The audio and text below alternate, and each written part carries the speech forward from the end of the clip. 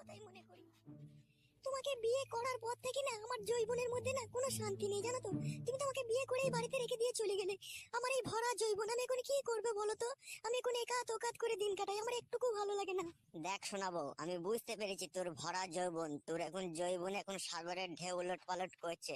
একটু ধৈর্য ধরে রাখ, পানিটাকে একটু জমিয়ে রাখ, আমি যে সব পানি বাই করে দেবো, তোর জান হালকা করে দেবো, বুঝলি বউ? কত আর ধৈর্য ধরে থাকবো গো, আমার যে আর মন মানছে না। তুমি কখন আসবে, কবে আসবে তাও বলছো না। দেখো, তুমি তাড়াতাড়ি বাড়ি আসার চেষ্টা করবে, ঠিক আছে? নাহলে তোমাদের পাড়ার ফটিক কে আমি কিন্তু একবার করতে দেবো, ঠিক আছে? কিন্তু আমার পানিটা বাই করার আমি চেষ্টা করবো, না হলে কিন্তু আমার আর মন মানছে না, বুঝতে পেরেছো? আরে শালি, তুই কি কথা শোনালি? গুদমানি ভাই ফটিককে কইতে দিবি? খবরদার ওই কথা বলিস না বউ, তাহলে বাড়ি গিয়ে না তোকে আমি কুপিয়ে কেটে দেবো। তোর জন্য বিদেশে, আমি বিদেশে পড়ে আছি, তোর জন্য টাকা পয়সা ইনকাম করতে এসেছি। আর তোর এই সোনার যৌবনটাকে কাকে খাওয়াবি তা কখনো করিস না বউ, তাইলে আমি বুক ফেটে মরে যাবো। তো পানিটাকে একটু আটকিয়ে রেখে দে, আমি চললাম মাস খানিকের মধ্যে বাড়ি। আচ্ছা ঠিক আছে, তুমি তাড়াতাড়ি 1 মাসের মধ্যে আসার চেষ্টা করবে, ঠিক আছে? না হলে আমার এই ভরা যৌবনের পানি আমি আর আটকে রাখতে পারছি না। অনেক দিন হয়ে গেল তুমি আসো না, ঠিক আছে? আমি আর কত নিজে নিজে এইভাবে নিজেকে সামলিয়ে রাখবো, তুমি বলো তো একটু। জানো, সামনের মাসে টিকিট করবে আর তাড়াতাড়ি আসার চেষ্টা করবে, ঠিক আছে? না হলে আমার এই ভরা যৌবনের পানি আমি আর আটকে রাখতে পারছি না। আমার কিন্তু শরীরের মধ্যে কিরকম একটা লাগছে যেন, মানে মনে হচ্ছে যেন ঝাঁকার মারছে।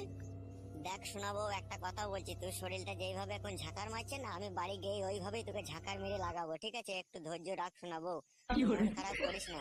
আমি এখান থেকে জাপানি তেল ফেললে একবারে রেডি হয়ে বাড়ি যাব। আর যেই এক টানা তোর কাছে 3 মাস শুয়ে থাকবো, আমি সামনে পিছনে লাগেই না তোকে একদম আলান্ত করে দেবো বউ। খবর দাও, তুই যেন ফটিককে করতে দিস না বউ। হ্যাঁ শোনাবো আমার। আচ্ছা ঠিক আছে, তোমার অপেক্ষাতেই থাকছি, তাড়াতাড়ি আসবে, ঠিক আছে? আর জাপানি তেলটা একটু বেশি করে নিয়ে আসবে, ঠিক আছে? সাঁতারটাকে একটু বড় করার চেষ্টা করবে, কারণ তুমি এই 3 মাস ছিলে না, আমি খেয়ে দিয়ে অনেকটা মোটা হয়ে গেছি, ঠিক আছে? আমাকে একটু ঝাঁক দিয়ে না একটু শরীরটা হালকা করে দেবে, নাহলে আমার কাজ করতে গিয়ে না একটু দুম লাগছে, একটু হাঁপ লাগছে, ঠিক আছে? আচ্ছা ঠিক আছে, তাই হবে। বাড়ি গিয়ে থেকে উল্টো পাল্টা করে আমি লাগাবো, ঠিক আছে? আমি এখন ফোন রাখছি, ঠিক আছে? আমার একটু অফিসে কাজ আছে, তাড়াতাড়ি যেতে হবে। তো যেন ভালো থাকিস, বুঝলি? আচ্ছা ঠিক আছে, তাহলে রাখো, তাড়াতাড়ি আসার চেষ্টা করবে, ঠিক আছে? আমি রাখলাম। স্বামী কাছে না থাকলে জীবনে বেঁচে থাকার কোনো মানেই হয় না। স্বামী পাশে থাকবে, কাছে থাকবে, ভালো মন্দ খাবো, কাছে এসে জড়িয়ে ধরে শুবে, 2 বার 3 বার করে লাগাবে, তবে তো মনটা ফ্রি থাকবে। তার মাঝে না ভিতরকার পানি সব সময় বেরোচ্ছে না, শরীর ভারী হয়ে থাকছে, কোমরে ব্যথা করছে, ছি, আর ভালো লাগছে না আমার আর। আরে বৌদি, শুয়ে আছো নাকি? বৌদির কাছে আজকে সুযোগ পেয়েছে, একটু ভালো করে গল্প করলি। এইখানে বসবো নাকি বৌদি? হ্যাঁ ভাই, বসো, এখানে বসো। দি বলো ভাই, তোমার খবর কি বলো? কি আর বলবো বৌদি, দুঃখের কথা। খবর সেরকম আর ভালো নয়। তোমার বাড়িতে তোমার বৌদি দিন দিন শুকিয়ে যাচ্ছে, শরীর খারাপ হয়ে যাচ্ছে। কাছে যদি একটু শুভ মনে করছি, সেটাও হচ্ছে না। কি তোমার পুরা কপাল, তোমার বউ থেকেও তোমাকে লাগাতে দিচ্ছে না। আর আমার দেখো, সেই স্বামী বিদেশে পড়ে আছে, আবার আমার মন চাইছে, তাও আমি পারছি না গো। দেখো, আমি তোমাকে একটা কথা বলবো। হ্যাঁ বলো, একটা কেন, তুমি 10টা বলো। আচ্ছা ঠিক আছে, আমার পাশে একটু সরে এসো। হ্যাঁ বলো, তোমার পাশে সরে এসেছি, বলো কি বলবে বলো। দেখো বৌদি, আমার একটা কথা বলতেও খারাপ লাগছে, আবার না বলেও উপায় নেই। আবার তোমাকে বলতেও লজ্জা লাগছে, ভয়ও লাগছে, কি করবো আমি। আমি তোমার বৌদি হই না, তুমি নির্ভয়ে বলো কি বলতে চাও। শোনো বৌদি, তোমারও স্বামী নেই, ঠিক আছে? আবার আমার বউয়েরও শরীরটা খুব খারাপ। আর তোমার এই ভরা যৌবন দেখে আমার একটু লোভ লাগছে। যদি মাঝে মধ্যে দুটো একটা রাত তোমার সাথে কাটাইতে পারে, তাহলে আমার জীবনটা একদম মধু হয়ে যাবে গো। একটু এইরকম সুযোগ আমাকে দাও না। ভাই গো, কি বলবো তোমাকে, দিতে তো আমারও ইচ্ছা হয়, কিন্তু পাড়া প্রতিবেশীর কথা, পাড়ার লোক যখন জানতে পারবে তুমি আমার কাছে মাঝরাতে আসো, আমার সাথে থাকো, আমার সাথে সবকিছু করো, তখন তাদের মুখ আমি কি করে আটকাবো বলো?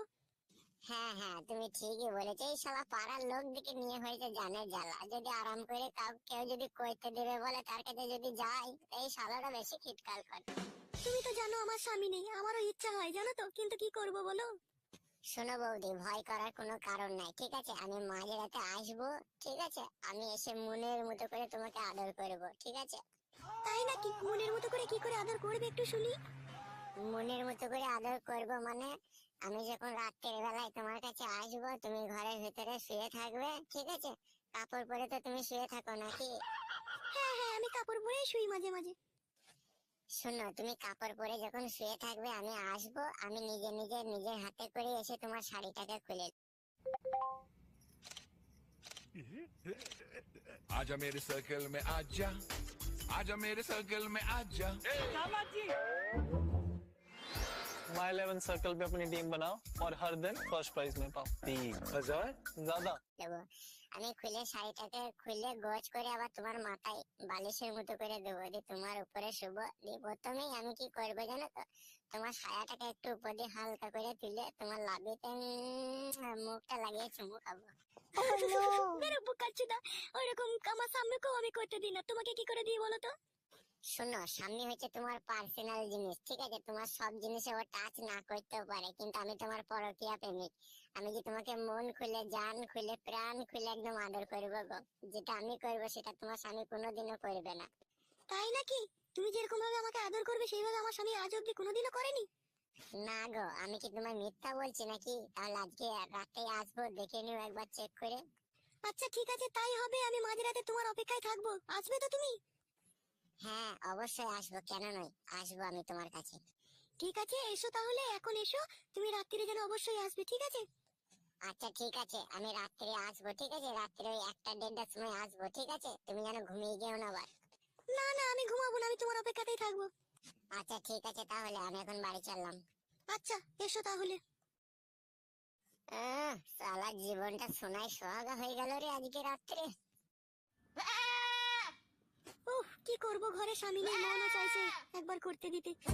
একদিনকে ভালো করে আরাম করে দিয়ে দিই, দিয়ে আর 1 মাস ওর সাথে কোনো কথাই বলবো না। যাই, আমিও একটু ঘরে